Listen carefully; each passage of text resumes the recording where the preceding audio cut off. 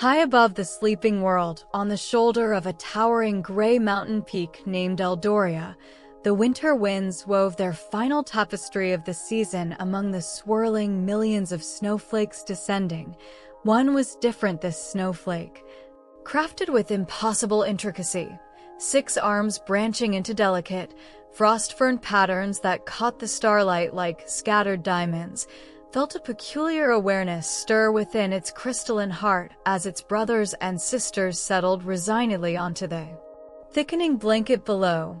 This one flake, later known as Frost, felt a fierce, unyielding spark. It landed not with surrender, but with a silent, shimmering defiance atop a sheltered evergreen bough overlooking a small, snow-draped village nestled in the valley. Days turned into a week, then another. The sun climbed higher, its rays gaining strength, painting the vast snowfield below with glittering gold. Each morning, all around Frost, the snow surrendered, pristine banks slumped, revealing patches of dark, wet earth.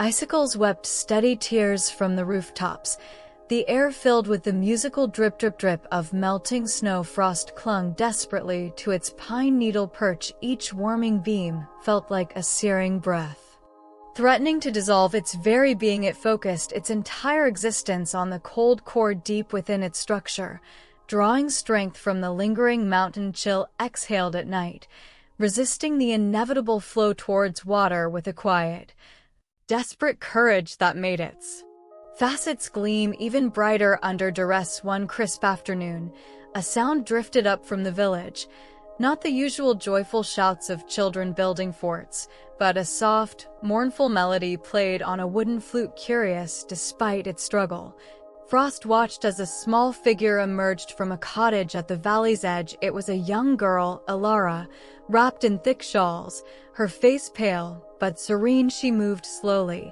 leaning on a stick, settling onto a bench beneath Frost's tree. She gazed upwards, not at the sun, but at the stubborn snowflake catching the light like a tiny star. Her large, thoughtful eyes widened slightly. "Hello, little one," she whispered, her breath a wisp of smoke in the cool air. "You're still here." Frost felt an inexplicable warmth bloom within its frozen core, different from the sun's heat. A connection. Elara returned every day. She spoke softly to Frost, sharing stories of the vibrant world beneath the snow she couldn't yet explore, of hidden flower bulbs dreaming of spring, of sleepy hedgehogs in their burrows, of the river song muffled by ice. She spoke of her own quiet confinement, her recovery from a long illness that kept her indoors while others played. Frost listened, its defiance softening into a protective vigil. It wasn't just clinging to existence anymore. It was clinging for Elara. Its presence became a silent promise, a testament to endurance that mirrored the girl's own quiet strength. Seeing its reflection in her kind eyes gave its resistance a profound meaning. The great thaw accelerated relentlessly. The snow blanket retreated further up the mountainside like a receding tide. Frostiro's pine branch grew perilously warm. One morning, the sun felt particularly fierce, its light almost liquid. Frost felt its edges soften, its intricate structure beginning to blur. A profound weariness, deeper than any cold, washed over it. It had fought longer, held its beautiful form more steadfastly than any snowflake ever could below.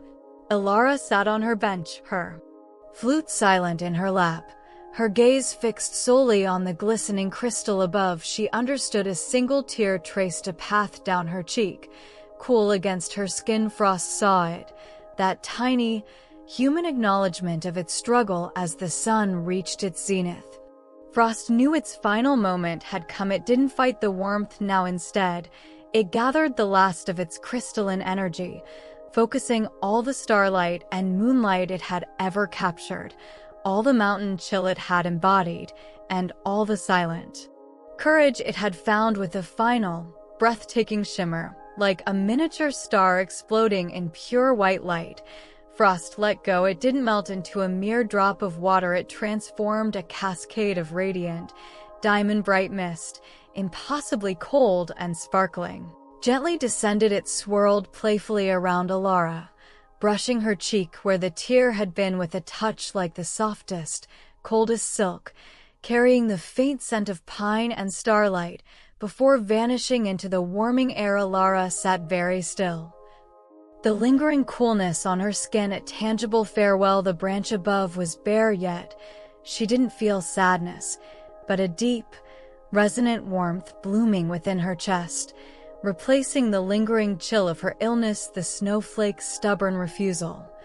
Its silent companionship, and its beautiful, deliberate end filled her with a quiet awe. Frost hadn't simply melted, it had chosen its moment, gifting its final essence as a testament to resilience and quiet beauty. That night, Elara slept peacefully, dreaming not of spring flowers, but of a single, perfect snowflake shining eternally against a velvet sky, a tiny, enduring beacon of impossible grace that refused to be forgotten. Its legacy wasn't ice, but a profound understanding of light held against the darkness.